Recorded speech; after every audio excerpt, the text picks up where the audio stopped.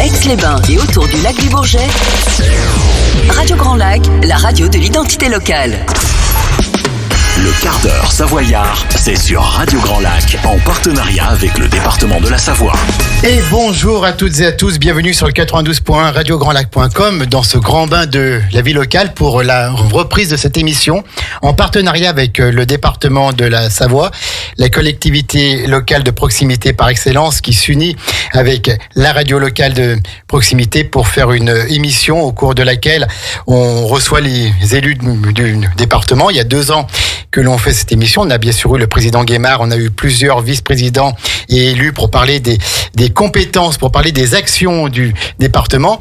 Et là, donc, c'est une nouvelle page de ce partenariat qui a été reconduit et on remercie bien sûr les élus du département et puis le cabinet du président pour tout le travail fait en amont. Et là, donc, on va évoluer un petit peu dans ce partenariat. On va parler un peu des techniciens aussi, des actions plus concrètes du département.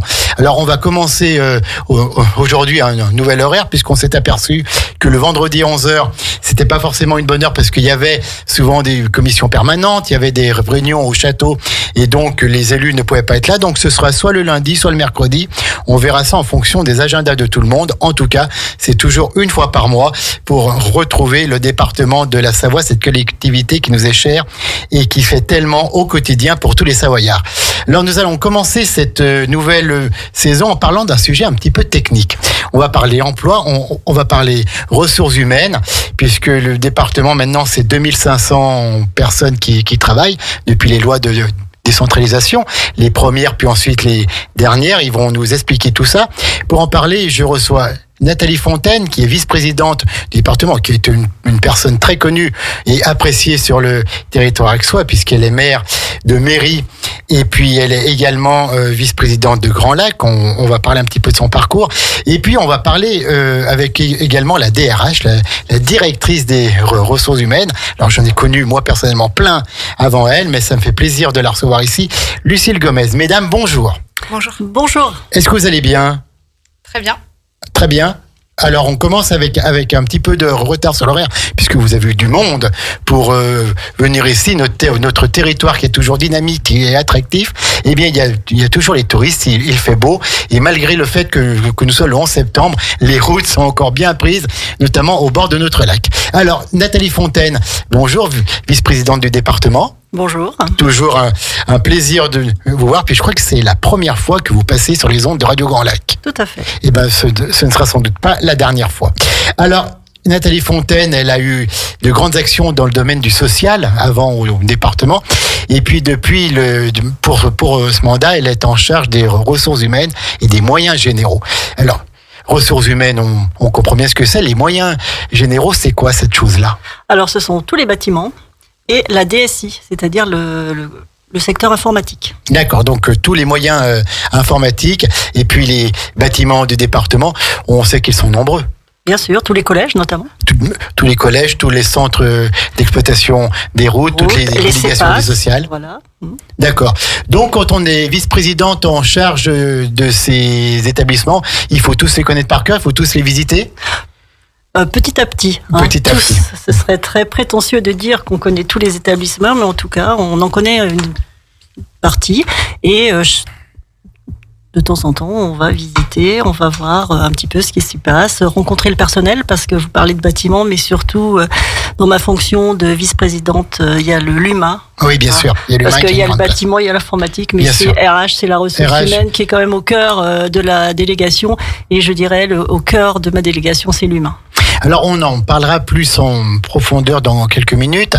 Vous êtes maire de Méry après avoir été la première adjointe de Eudes Bouvier, qui a été maire pendant longtemps. J'ai d'abord été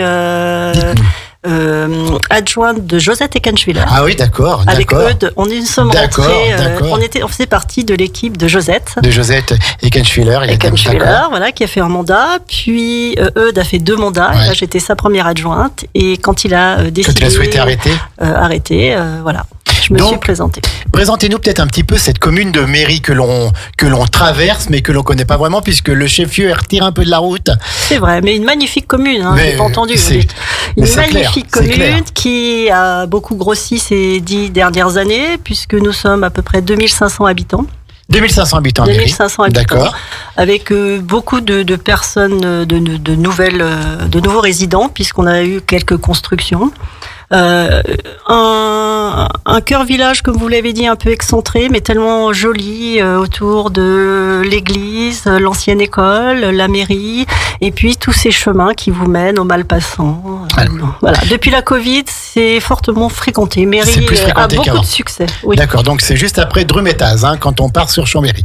Tout à fait. C'est la dernière commune de Grand Lac et après vous êtes sur Grand Chambéry puisque c'est Sona. Alors, oui, puis donc il y a quand même beaucoup d'entreprises puisqu'il y a le site de Savoie. N'oublions pas Exapole qui, alors si vous avez donc cité le cœur village qui est tout au sommet, Exapole est tout en bas. Donc là, c'est les limites. Vous avez le cœur village en haut et Exapole en bas. Combien de sociétés, d'entreprises? Je crois que c'est une centaine. Une centaine. Donc vraiment un gros marché là-bas sur le très site. Dynamique, très sur dynamique. Le site de Méry. Quels sont les projets de la commune de Méry, et les projets de son maire? Alors de l'équipe, on va dire, parce que le maire n'est rien tout seul. En fait, on a refait la fameuse route des Briques, qui est la route qui mène sur le cœur village, qui est un gros projet. On refait tout ce qui est canalisation d'eau. On fait une montée cyclable parce que le déplacement doux est au cœur de notre programme. On remet des LED. On essaye au niveau de développement durable d'adapter ce trajet. Et puis c'est la rénovation du centre-bourg. Et là, on va attaquer. D'accord.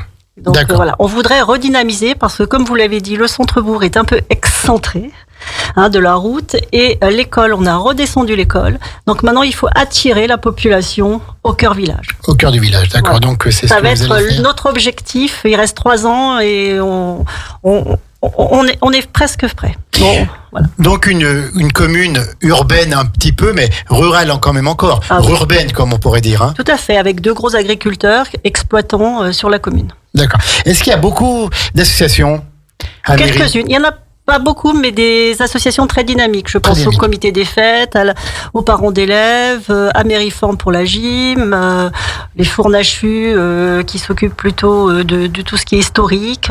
On a de gros... Alors, et j'en oubliais qu'ils m'excusent.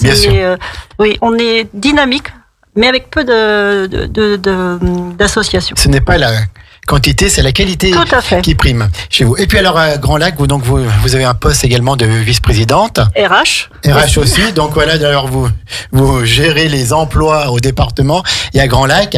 Les employés à Grand Lac, c'est quand même moins qu'au département. 500, en gros, entre ce que Grand Lac et le CIS. D'accord, oui. C'est 250 Grand Lac, 250 CIS. Donc beaucoup d'humains aussi, parce que... l'humain est toujours au cœur de ma mission. L'humain est toujours au cœur de la mission. Il ne faut pas oublier que j'ai été pendant 7 ans présidente du Papillon Blanc d'Aix-les-Bains. Oui, tout à fait. Donc l'humain, c'est quelque chose qui me parle, qui me touche. Bien sûr qu'on s'en rappelle de tout ça, notamment du cœur et de la passion que vous avez mis ces dernières années à ce poste et à d'autres. Nathalie Fontaine, vice-présidente du département. Alors... aujourd'hui, vous êtes là donc pour parler des ressources humaines et vous êtes accompagné par une technicienne qui n'est pas élue au département, qui a la joie de venir dans une petite radio associative, Lucille Gomez, qui est avec son sourire aussi, qui est là avec nous. Bonjour Madame la directrice, bonjour Lucille, présentez-vous un petit peu. Bonjour. Alors, dites-nous tout. Alors, donc, moi, je suis directrice des ressources humaines du département de la Savoie. J'ai la grande chance de travailler avec Nathalie Fontaine. Donc, j'ai pris mes fonctions en mai 2022. Et auparavant, je travaillais dans un autre domaine des fonctions ressources, mais plutôt celui des finances à la ville de Grenoble. D'accord, ok. Donc, c'est une mutation qui vous a fait venir en Savoie. Alors en fait, une mutation professionnelle, mais voilà, j'avais la chance de vivre en Savoie depuis 10 ans maintenant. D'accord, oui, c'est une chance. je suis tout à fait d'accord avec vous. Alors, DRH, quand on est DRH d'une collectivité qui emploie quand même 2500 habitants avec des postes variés, avec des emplois variés, avec des emplois techniques, avec des emplois parfois difficiles, comment est-ce qu'on gère ça? Vous avez une belle équipe avec vous, je pense. Oui, bien sûr, c'est une aventure humaine, une aventure d'équipe, puisqu'il y a, je peux compter sur les 60 agents de la direction des ressources humaines. 60 agents qui travaillent à vos côtés. Oui, et dans des domaines variés, que ce soit celui de la gestion du personnel, que ce soit le recrutement, les conditions de travail, ou encore la formation, la gestion du budget. Oui, bien sûr. Donc, une grande diversité de métiers au département, puisque le département donc a des compétences obligatoires. On connaît bien sûr le social, les routes, les collèges, etc.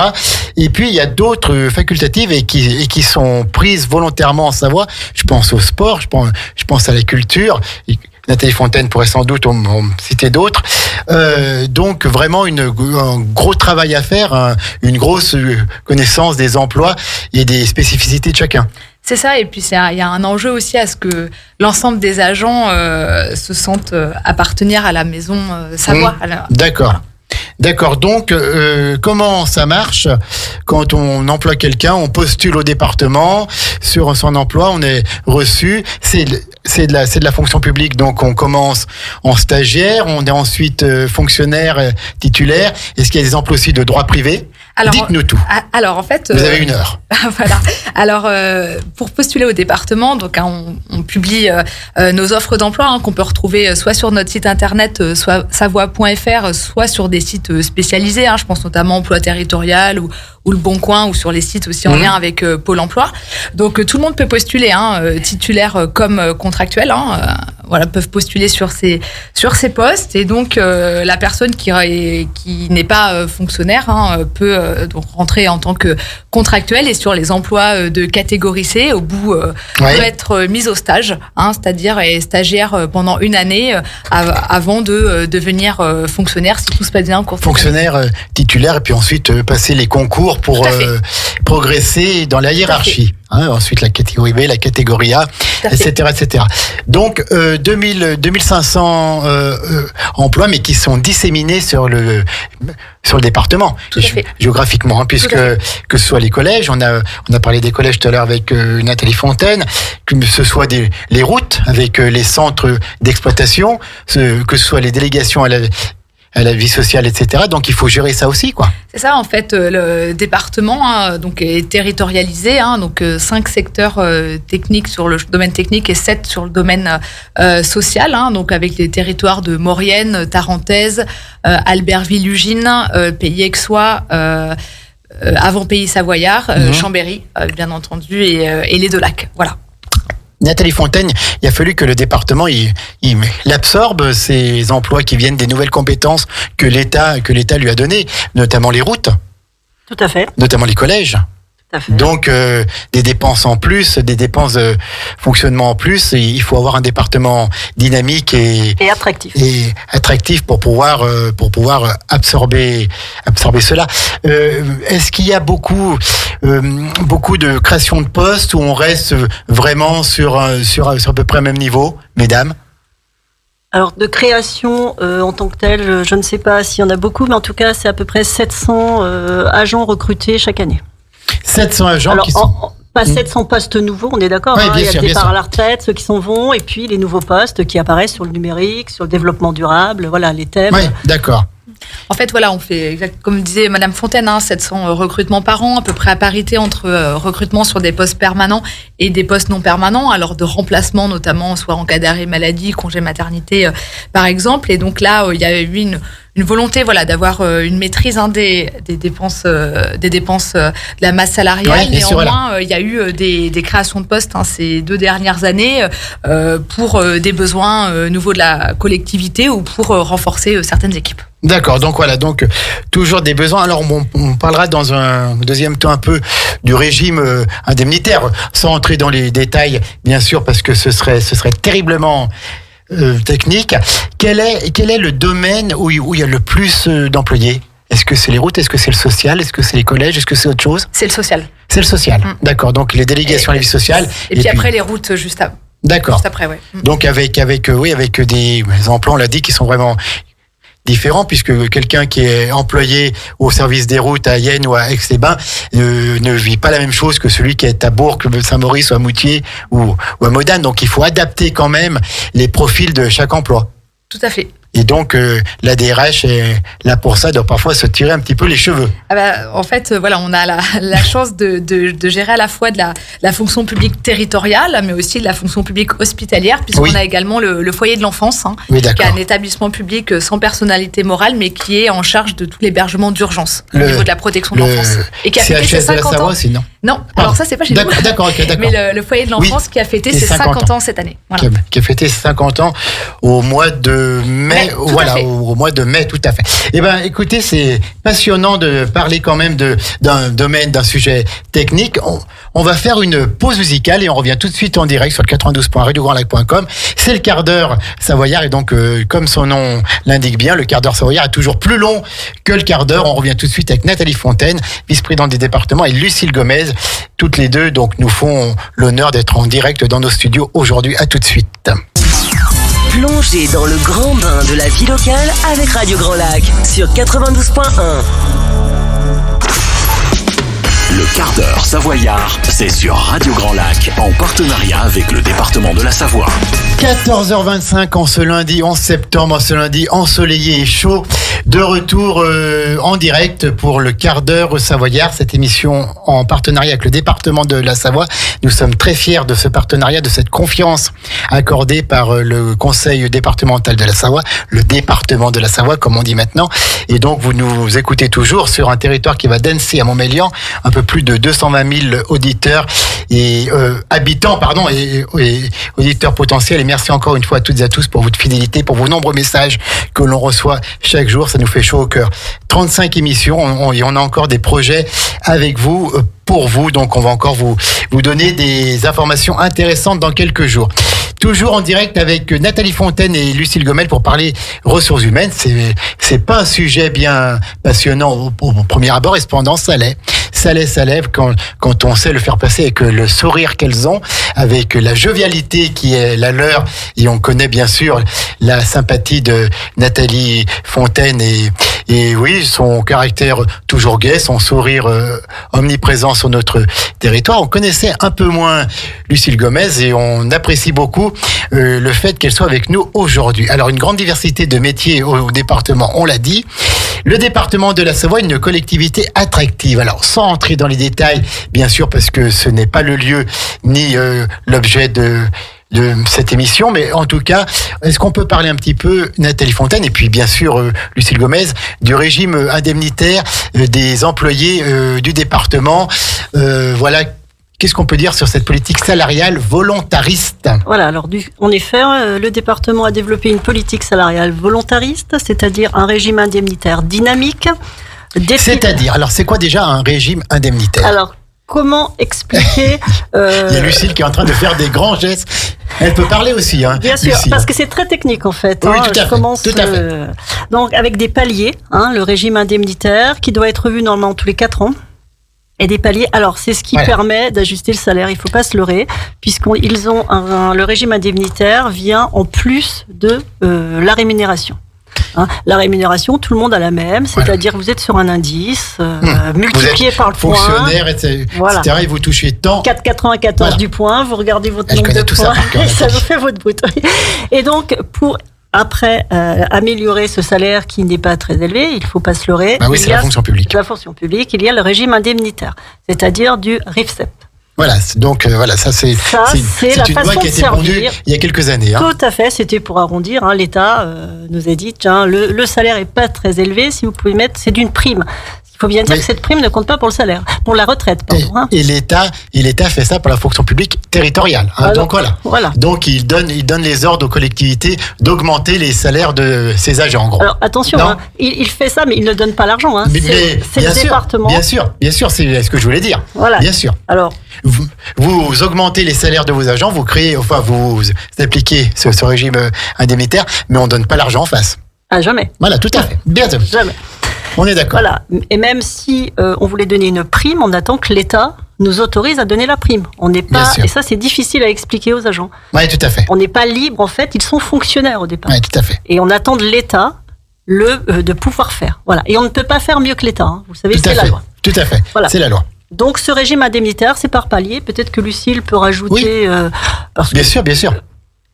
Oui, alors pour Nathalie Fontaine compléter. est en train de refourguer la patate chaude à c'est Lucille pas Gomez. je pourrais vous expliquer, mais je pense que moi, Non, je non, mais serais tout à moins fait. technique. Oui, tout à fait. Non, Lucille Gomez, effectivement, alors sur DRH. le régime indemnitaire, hein, comme l'a dit très justement Nathalie Fontaine, hein, donc c'est en complément du traitement de base qui est lié à l'indice, elle est multipliée par la valeur du point. Donc le régime indemnitaire, lui, il est à la libre appréciation des collectivités territoriales. On a quand même, on ne doit pas dépasser les plafonds prévus maximaux Oui, bien sûr, voilà. prévus Oui. par l'État. C'est tout cadré par Bercy, de toute façon. Hein. Voilà, donc ce régime indemnitaire, pourquoi il est dynamique? Parce qu'en fait, au département de la Savoie, en fonction du métier exercé, donc il y a un régime indemnitaire avec une fourchette minimale et une fourchette maximale qui permet de tenir compte de l'expertise, de l'expérience de l'agent. Et tous les 4 ans, les agents ont une évolution salariale. Et ainsi, cette évolution peut être même plus courte que 4 ans s'ils font preuve de mobilité interne, s'ils changent de poste au sein de la collectivité ou s'ils réussissent un concours ou une promotion interne. D'accord, voilà. Donc ils peuvent monter en grade. Et je veux rajouter Pour que faire ça. le Nathalie département, il y a 1 an, a augmenté le palier, alors que la période des 4 ans n'était encore pas arrivée. Et là, on l'a vu, le pouvoir d'achat et l'inflation, on a remonté une 2e fois le palier. Donc en 1 an et demi, on a monté 2 fois le palier. Alors Oui. que normalement, c'est tous les 4 ans. Je me rappelle d'il y a quelques années, ça a toujours été vrai, où le régime indemnitaire du département était quand même le plus dynamique de toutes les collectivités de Savoie. J'espère qu'il l'est toujours. Voilà, tout à fait. Et puis Et alors, surtout, on est très réactif, en fait, c'est ça. C'est-à-dire, on voit que le pouvoir d'achat, c'est la seule façon que la collectivité puisse faire pour augmenter le pouvoir d'achat de l'agent. et puis alors, il y a aussi des actions qui sont menées via l'association du personnel, la fameuse ASDES. Et on pense tous à Thierry Turinas, qui en était le président pendant longtemps, qui avait inculqué beaucoup de dynamisme dans cette association. Lucille Gomez, est-ce que vous pouvez nous en dire un mot? Oui, alors donc l'association du personnel, donc c'est l'association qui met en œuvre un certain nombre d'actions en faveur du personnel, qui est géré en fait par des agents de la collectivité et donc qui bénévolement, hein, c'est géré en plus de leur travail. Voilà, tout à fait, et donc qui ont justement ils organisent des événements qui permettent la cohésion de la maison Savoie. Oui, tout à fait. La cohésion entre tous. La fête du personnel, l'arbre de Noël des enfants du personnel. Oui, bien sûr. Et puis, il y a également la possibilité, ils participent, donc l'adhésion à l'ASDES, c'est 10 € par an, donc c'est faible. Et donc, il y a possibilité pour les agents de bénéficier de prestations comme des tickets d'entrée à la piscine à tarif réduit, et aussi de bénéficier de toutes les prestations du CNAS, le Centre national d'action sociale, puisque l'association du personnel adhère au CNAS, et ce qui permet aux agents de bénéficier de prestations sur les loisirs, notamment de bénéficier de locations de vacances à titre réduit. Voilà. Donc ça, on l'a quand on est employé du département. Et qu'on adhère de manière facultative. Il faut être fonctionnaire ou contrat de tout le monde peut droit privé aussi. Tout le monde. Alors nous, on a des contrats de droit public, essentiellement. Il y a quelques contrats de droit privé, mais essentiellement droit public. Et donc, oui, tout agent qui le souhaite peut adhérer à la STES. Mais ça peut peut-être parler mieux à vos auditeurs, c'est le comité d'entreprise. Oui, voilà, tout à fait. Dans le privé, c'est la même chose. Et c'est rare quand même pour un fonctionnaire d'avoir un comité d'entreprise. Oui, et au département, il est dynamique et très apprécié. Avec 600 personnes à la fête du personnel quand même. Cette année, ils ont limité, parce que sinon, sans les conjoints. Avec des endroits très très sympas. Je me rappelle notamment d'une fête du personnel à Walibi.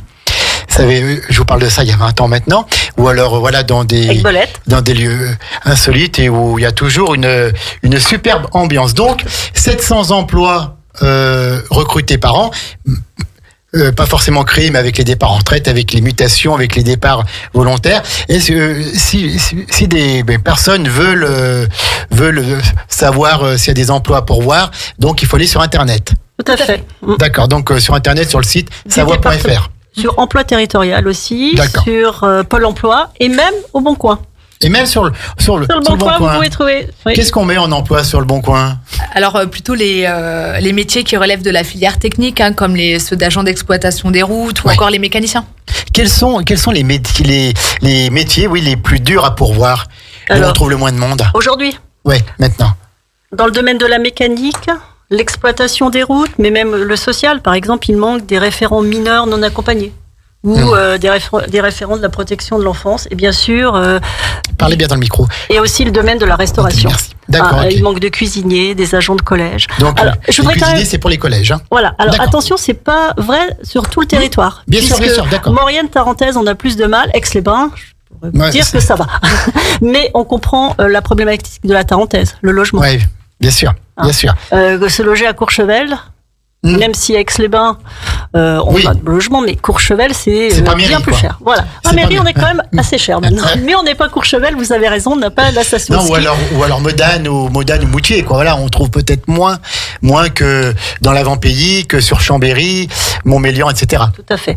Mais il faut aussi signaler que c'est pas un problème de la collectivité. Hein. C'est un problème aujourd'hui pour toutes les collectivités. Là, je parle en tant que maire ou même de vice-présidente de Grand Lac.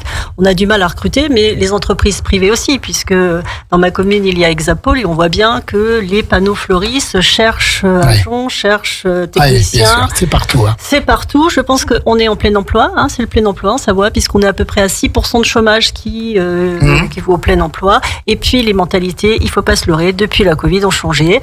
Les jeunes travaillent une année, puis vont voir ailleurs. Enfin, tant mieux pour eux, il y a de l'emploi, ils peuvent papillonner. On connaît les difficultés sur notre territoire ailleurs, qu'ont notamment les hôteliers, les restaurateurs. Tout à fait, qui ferment des fois même des jours parce qu'ils n'ont pas assez. Parce qu'ils n'ont plus personne. Donc c'est pas propre à la collectivité, parce que je pense qu'on est une collectivité attractive, on est une grosse collectivité. Vous avez parlé du régime indemnitaire, mais on a les tickets restaurants, on a le télétravail, les conditions de travail. Donc il y a le télétravail pour toutes celles et ceux qui travaillent dans les bureaux. Je pense que ceux qui sont sur les routes n'ont pas le télétravail. Non, c'est pas possible. Mais on a le forfait mobilité qui va se cumuler avec le plan de déplacement, par exemple. D'accord. On participe à la prévoyance, on participe à la santé. Des atouts quand même affirmés. Non négligeables. Voilà. Non négligeables. Alors, quels sont les défis du service des ressources humaines? Puisqu'on sait, je crois que la pyramide des âges, elle s'inverse un peu avec un âge moyen à 48 ans. Donc, il faut prévoir l'avenir, Lucille Gomez et Nathalie Fontaine. Oui. La marque employeur, je pense que Lucille va vous en parler. D'accord. On insiste sur la marque employeur et sur la mise en avant des atouts de cette collectivité qu'on connaît peut-être mal. Oui. Et bien sûr, on a parlé du régime indemnitaire, et là on est en pleine réflexion pour revoir encore ce régime indemnitaire. Pour devenir l'améliorer encore. Oui. Voilà, pour être encore plus attractif. Plus au service des employés et de leur famille, puisque ça bénéficie à toutes les familles. Lucille, vous voulez dire un mot? Oui, pour compléter les propos de Nathalie, effectivement, les défis de la fonction RH, on a parlé du recrutement, mais on a aussi, vous l'avez très bien dit, une pyramide des âges inversée qui fait qu'ils vont avoir une nécessité de recruter dans les prochaines années. Et il y a aussi un fort enjeu pour lutter contre l'usure professionnelle de nos agents, qui plus est avec un âge de la retraite qui se décale. Donc on a vraiment des questions sur la pénibilité des métiers sur lesquels il nous faut travailler, notamment je pense particulièrement sur les agents d'exploitation des routes ou que ce soit les agents polyvalents d'entretien de restauration dans les collèges. Écoutez, merci. Donc c'est très très clair. Ce n'est pas fini. Ne partez pas tout de suite. Il y a encore quelques petites minutes, mais en tout cas c'est fini sur ce sujet technique, mais ô combien important pour notre département, pour notre collectivité départementale, les ressources humaines et les moyens généraux, bien sûr, avec tous les bâtiments qui sont la propriété du département. Maintenant, on va finir peut-être avec des questions un peu plus personnelles. On va commencer par Nathalie Fontaine, si vous le voulez bien. maire de mairie, vice-présidente de Grand Lac. Elle a aussi des fonctions au centre de gestion de la fonction publique. C'est normal puisqu'elle gère presque 3000 employés, que ce soit au département et à Grand Lac. Elle a aussi un emploi dans le privé. Elle carbure à quoi, Nathalie Fontaine, pour être toujours en forme, pour avoir toujours ce sourire égal partout où elle va, pour être toujours aussi dynamique, aussi passionnée? J'ai peut-être la chance d'être un peu suractive.